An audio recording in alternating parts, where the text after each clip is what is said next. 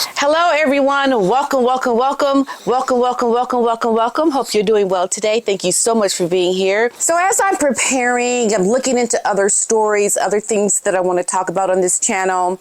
I am coming up with some really interesting things to talk about, so they are definitely coming. Specifically, some things that are going on in Hollywood and this whole thing with Snow White, Rachel Zegler. Oh my goodness, this girl is a mess. She really is. So I'll be talking about her and everything that's going on in Hollywood around movies and just drama in general that's happening, because there's a shift happening, a big shift. And I think part of it that's making it so interesting for me is Meghan's continual trying to break into that whole Hollywood thing, which definitely has Harry on the outs of this relationship, things that he's just not feeling, and that's going to be very interesting. But what I'm talking about today is this whole stunt, this really sneaky way that Meghan has about her that she thinks is going to give people more sympathy towards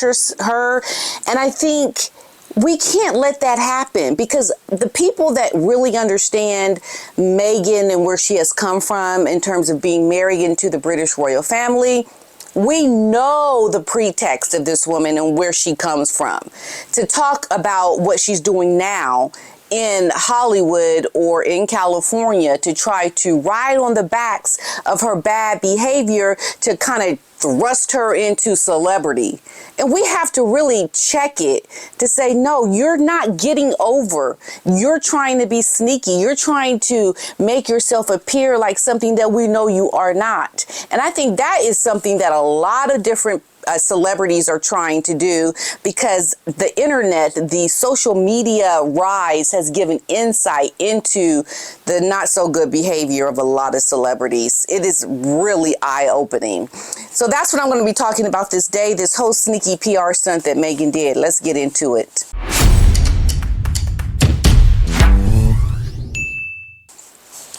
So what has happened? Meghan, she wrote this handwritten letter to a podcaster who at one time had criticized her Netflix show as has all the hallmarks of a stunt to stay relevant. One of the UK's leading PR gurus has now claimed, because let me tell you what happened. I'm sure you've heard of it, but for those who haven't, this is what happened. Amanda Hirsh, she is this podcaster who said on her podcast that she was scared about the reception that With Love Meghan was going to receive. And she suggested that Meghan initially came across as inauthentic and not relatable when she watched the trailer of the series, something that we all thought. So when this podcaster said that she was initially scared for Meghan and her doing this show, Meghan had sent a note to this podcaster. Okay, so it's not all what it appears to be, but that's what the news is saying. That Meghan sent her this note in her traditional calligraphy, which let me just point out quickly, it's not calligraphy. This is nothing more but someone writing in cursive and adding some unnecessary loops on the ends of letters. That is not calligraphy. I'm sorry. Like, even her calligraphy can't even be considered the truth. She lies about that. I mean, you can look at it from afar and think, oh, that's nice, that's lovely. But then when you get closer up, you're like, wait a minute, that's just somebody writing in cursive with some loops, some loop-de-loops. Like, what is that? It's not calligraphy. This is calligraphy. That I'm sorry, is not calligraphy. I'm sorry. We're not falling for that lie. That's a lie. Okay? It's not calligraphy. Stop it. But anyway, so in response to her, this podcaster saying that she was scared, Meghan sent this calligraphy handwritten note with her gold royal cipher, and it said, "Don't be scared, let's enjoy it." Now, I don't know what you are talking about when you say don't be scared, enjoy it. Just a little bit a while ago on your Netflix show, you were crying about being scared. And now you're going to write someone a note, don't be scared about all the hate you're getting or you could get. It's unbelievable how Meghan takes herself into these fairy tale moments that that's not what she's really thinking or saying or how she would react. She's just trying to put on a brave face, but we understand that that's not something to enjoy. People hating on you is not something to enjoy, but I think there's a deeper meaning behind people who look like they're hating, but they're not. This is a play on things that have happened before Meghan came over to America after leaving the royal family. There was a lot of dirty deeds this woman did. There's a lot she has done that people completely don't acknowledge. And it gives the reason why people are so critical of Meghan, but people think it's just because. No, people have reasons why they are so critical of her. And some people are just hating to be hateful. That's different. But others, like myself and some others, we talk about what this woman has done and continues to do is why people are so highly critical of her. Okay. Amanda then said that she is now a fan of Meghan for life, and she also shared a picture of the letter to her Instagram followers. However, there are people that specialize in these crisis moments of uncertainty that these celebrities get, and they have given their response as to this little stunt that Meghan did and what it is, because it is a stunt. It's not really her reaching out to a podcaster who was scared for Meghan. No, this is Meghan trying to get herself in a positive light and using what this girl said or telling this girl to say something so that Meghan can kind of respond in a way that makes her look like she is the hero in all of it. It's not authentic.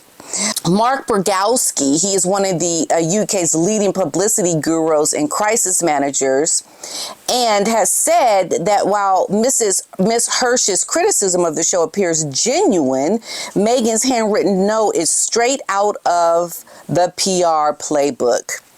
Because here's the reality. Meghan is now at a crossroads. The well of sympathy that she once drew from is running dry, and the PR playbook of handwritten notes and authentic vulnerability is starting to feel like a well-rehearsed script. The noise is deafening, but the signal, the compelling reason for Meghan's continual relevance is actually fading away. So much so that myself and others are starting to not even speak about her anymore. She is fading into the background. So she has to do something to try to stay relevant. Amanda Hirsh, she runs this podcast called Not Skinny But Not Fat Show. Recently, also, she interviewed Ryan Reynolds and issued public defense of Ryan Reynolds' wife during this whole Justin Baldoni mix-up. And we all know a little bit about that and how there's a big controversy brewing. Okay, well, this podcaster is on the side of Blake Lively, who I believe is not an honest actor. She has done some things, disingenuous things to Justin Baldoni. And so Amanda, this podcaster, is saying that Justin Baldoni, he's a little fishy. There's just something suspect about him. Okay, so she's clearly on the side of the conniving woman and women in terms of both of these incidences. Okay, so Dear Media is expanding and has also launched Chloe in Wonderland podcast with Khloe Kardashian in January. So this really is a stable of celebrity and lifestyle heavy podcasts, recently featured an appearance by Meghan's friend Daniel Martin, who also appeared on one episode. And so when you weave all of this stuff together, like who Dear Media is, who Amanda Hirsh is, this podcaster who criticized Meghan but then was scared for Meghan, and then Meghan writing a handwritten note, don't be scared, girl, let's just enjoy it. Let's enjoy it, girl. Let's have fun. You know, this right here is nothing more than this podcaster who is under the wing of a savvy media company who is colluding to try to make themselves look like she is trying to show sympathy for Meghan, and then Meghan coming with her people to try to stage something of a handwritten note to this known podcaster who has interviewed celebrities. This is all contrived. It's not appearing to be what you would think it is, as if it were just some podcaster saying something about Meghan and Meghan just, oh, let me write her handwritten note. No, it was all orchestrated to make Meghan appear sympathetic to this podcaster who is not just a random person. She's clearly in the belly of the savvy media and trying to put together a situation that could warrant Meghan to kind of come off sympathetic to people. This is nothing more than a savvy media firm that interviews strategic guest appearances by close associations of high-profile individuals. It paints a picture of a constructive narrative. We know even the Kardashians do that. This is all a construct of creating and making an illusion of something to warrant a positive outcome. It's never exactly what you think you're seeing. There's a lot more conniving underneath it all. While it may look like it is deliberate by everyone involved, when you go back and you peel back the layers, it's nothing more than them sharing publicity. Publicity is then given to the girl with the podcast, with the savvy media company, helping her. And then Meghan trying to make herself with her people that she's working with come off sympathetic for writing a note to a girl saying, girl, don't worry about it. We got this. Let's enjoy it. You are not really doing things off the cuff like you're trying to make it appear. Now, the PR guru went on to say that it does appear to be a desperate attempt by Meghan's team to grab positive headlines amid an avalanche of dud reviews for her show. And it's hard not to see it as a strategic play to generate buzz. The fingerprints suggest it is a peculiar art of controlled chaos. Okay, so Meghan is feeling the hit from her show not being a hit, and she's in a panic. She's in a panic and trying to figure out, well, how can we make this into a positive spin? And this is what they did. Okay, that nothing more, nothing less. That's what happened. Now, this PR person is saying that she has two main options: either double down on the media machine or step back and recalibrate. And that's what I believe will be the best thing for Meghan, is to just step back. Take a break, a hiatus. But we know she's got her podcast coming out, Meghan does. It's like it just doesn't end. A letter. And I was like, what is this? What is this? What is this? Hirsh is saying that she framed the letter. So Hirsh is coming off as very royal enthusiast. She's like, oh, a letter from royalty. And that's just nothing but a perpetration and a fraud, if I ain't never seen a fraud. Because Meghan is not royalty. She left royal life. She didn't even want to be conformed by the normal duties of a royal. But yet she wants to portray herself to look like she is royal. That's a perpetration and a fraud, folks. Okay? Learn it, because that's what it is, what Meghan has done with this letter. People were reaching out and responding to the letter that Meghan sent Amanda and giving her positive news, saying things like her decision to reach out to the podcaster made them like her even more. And so they kind of like, they put together like these plots, and they plan, she's planning and she's plotting on the computer about how we can make this a good spin, a positive spin. That's not someone who can even be authentic, because why would you have to plot and plan something like this? It's a hot mess, folks.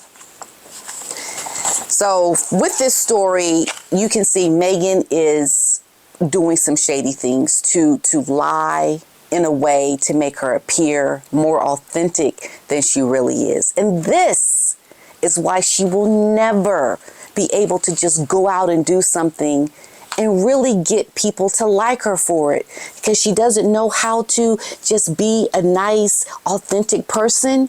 She has to constantly connive her way into people on her computer, and with her PR publicist, come up with solutions to try to appear likable. That's the problem, folks. That's the problem.